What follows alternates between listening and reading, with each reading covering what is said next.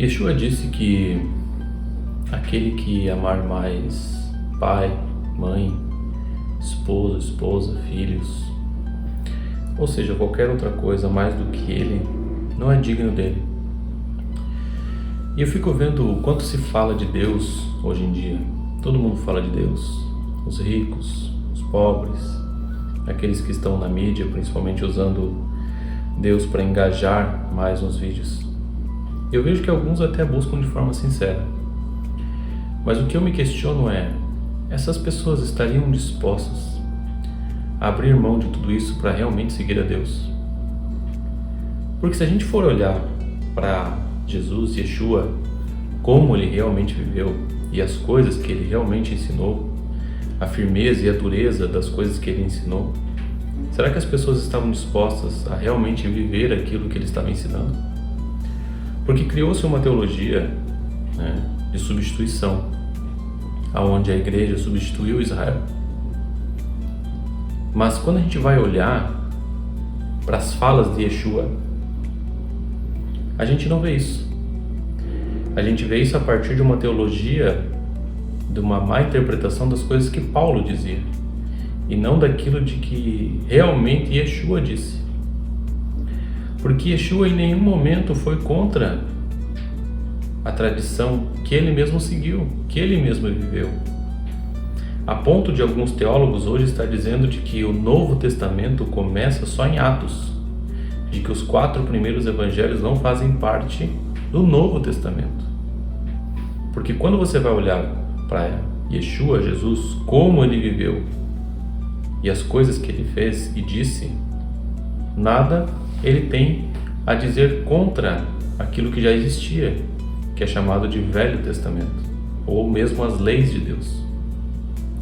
Porque quando a gente vai olhar já no comecinho do Novo Testamento, em Mateus, quando o anjo está dizendo à sua mãe Miriam, Maria, qual seria a função e a missão desse que estava vindo ao mundo.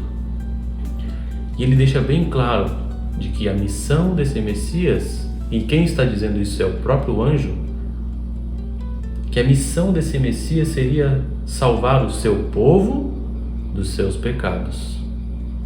Mas sabe o que é difícil? Que muito se fala de pecado, mas ninguém para se perguntar o que é pecado no pensamento daquela época. Quando Yeshua, Jesus, está falando de pecado, ou quando João Batista está falando de pecado, ao que ele se refere? Quando João Batista diz arrependei-vos, arrepender do quê? O que é pecado na mentalidade daquele povo? E quando a gente vai estudar o conceito histórico-cultural, existem 3 níveis de pecado dentro do judaísmo. O primeiro se chama Het, que é um pecado mais básico. O segundo pecado é Avon, da mesma forma que se escreve a marca Avon de cosméticos.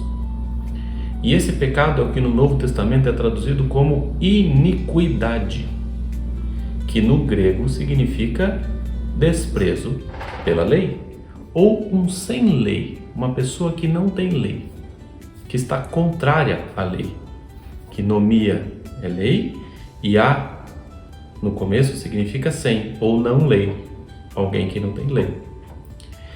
E o terceiro nível de pecado é um pecado que é chamado de pechá. Esse pecado é um pecado de transgressão. Vocês devem conhecer o pecado chamado pecado de morte. Então é esse pecado, transgressão, pechá. E é interessante porque quando a gente vai para Isaías 53, que está dito que ele será ferido pelas nossas transgressões. Qual é o conceito histórico-cultural que Isaías está introduzido? Em Israel. Então se ele vai ser morto pelas transgressões do povo de Israel, isso está de acordo com o que o anjo disse de que ele salvaria o seu povo dos seus pecados, porque lá a transgressão é um tipo de pecado. Mas o interessante é que o pecado, pechá, transgressão, o nível mais elevado de pecado, não existe nenhum tipo de sacrifício descrito na lei que fosse capaz de reparar este tipo de pecado. Então, quando a gente está pensando em pecado, tem esses 3 níveis. O mais básico, que qualquer sacrifício mais básico resolveria.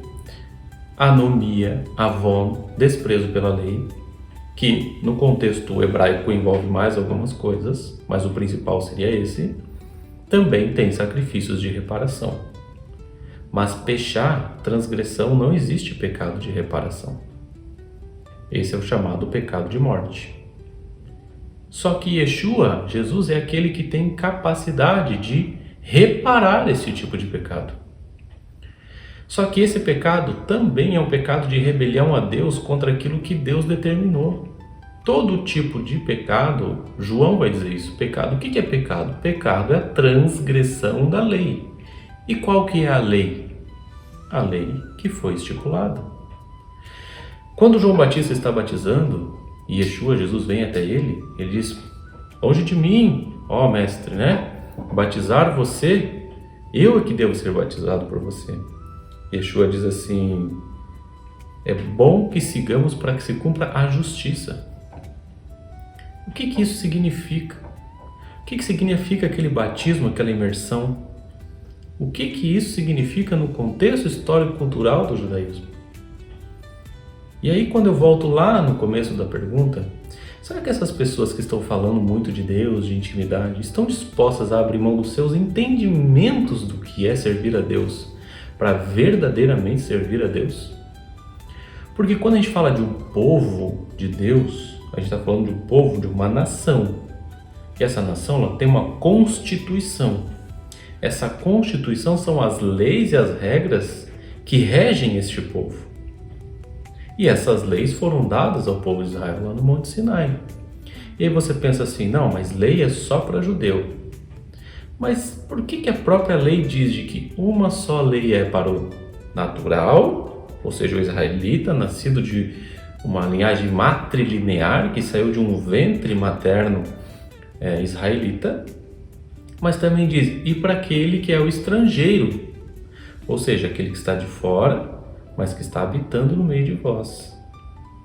Ou seja, aqueles que estão introduzidos dentro do povo. E aí a gente vai olhar o que Paulo diz em Romanos, sobre a oliveira verdadeira. Vós que sois oliveira brava, não se vanglorieis a si mesmo, porque foram enxertados na oliveira verdadeira. E se alguns ramos dessa oliveira foram cortados, então não se vanglorie você mesmo, porque quanto mais você, que não é natural, pode ser cortado também. Mas o que as teologias fizeram foi uma substituição. Plantaram uma nova oliveira e acham que são a oliveira verdadeira. Mas aí fica a pergunta: você está disposto realmente a fazer aquilo que Deus diz que tem que fazer? Porque quando você diz que as coisas que Deus diz que tem que fazer não tem mais validade, porque nós estamos no século 21, você está colocando Deus aqui e você aqui, porque Deus é um ignorante. Não sabia que nós estaríamos no século 21 e essas coisas não teriam mais validade? E essas pessoas estariam dispostas a viver uma vida conforme Deus estipulou, se alimentando do jeito que Deus disse que tem que se alimentar, guardando as festas que Deus disse que é um encontro dele com o seu povo, guardando o Shabat, que Deus foi a primeira coisa que Deus santificou na Bíblia, foi o sábado, que é um dia que Ele vem passar o dia conosco, para que nós possamos adentrar na shalom do Shabat, na paz do Shabat, para que a nossa mente e coração possam descansar nele, porque este sábado semanal representa o grande dia do Senhor. Será que essas pessoas estão dispostas a realmente abrir mão de tudo isso? Poderia ficar horas aqui só citando nomes de grandes influencers que falam de Deus. Todo esse movimento que existe da cristandade, dos evangelhos, essas pessoas estão dispostas a viver a verdadeira igreja primitiva?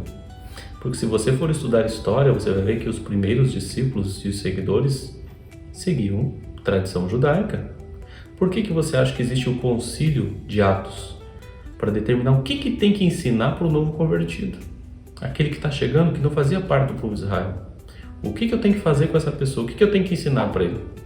que lá eles determinam algumas leis básicas: carne sufocada, idolatria, fornicação. Essas regras que depois o texto vai dizer porque o restante da lei de Moisés é ensinada todos os sábados nas sinagogas. Talvez a tua tradução não esteja assim, mas é isso que está escrito.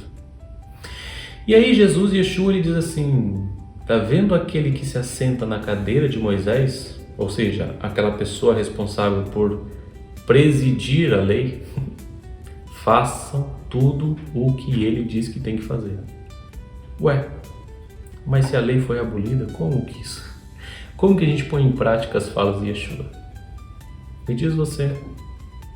Se você tem interesse de conhecer um pouco mais sobre o contexto histórico-cultural, sobre uma visão acadêmica mesmo, não religiosa, não doutrinária, acadêmica, saber o que a história diz, o que a tradição diz e tirar suas próprias conclusões, eu tenho alguns grupos de estudos. Eu estou deixando isso para o final porque eu sei que não são todos que vão ver até o final. E aqueles que quiserem, deixem nos comentários, vamos achar uma forma de nos comunicarmos, porque eu tenho esses grupos de estudo. E não pense que eu quero vender algo para vocês não, porque é gratuito. Só para aqueles que realmente querem aprender mais sobre o verdadeiro caminho.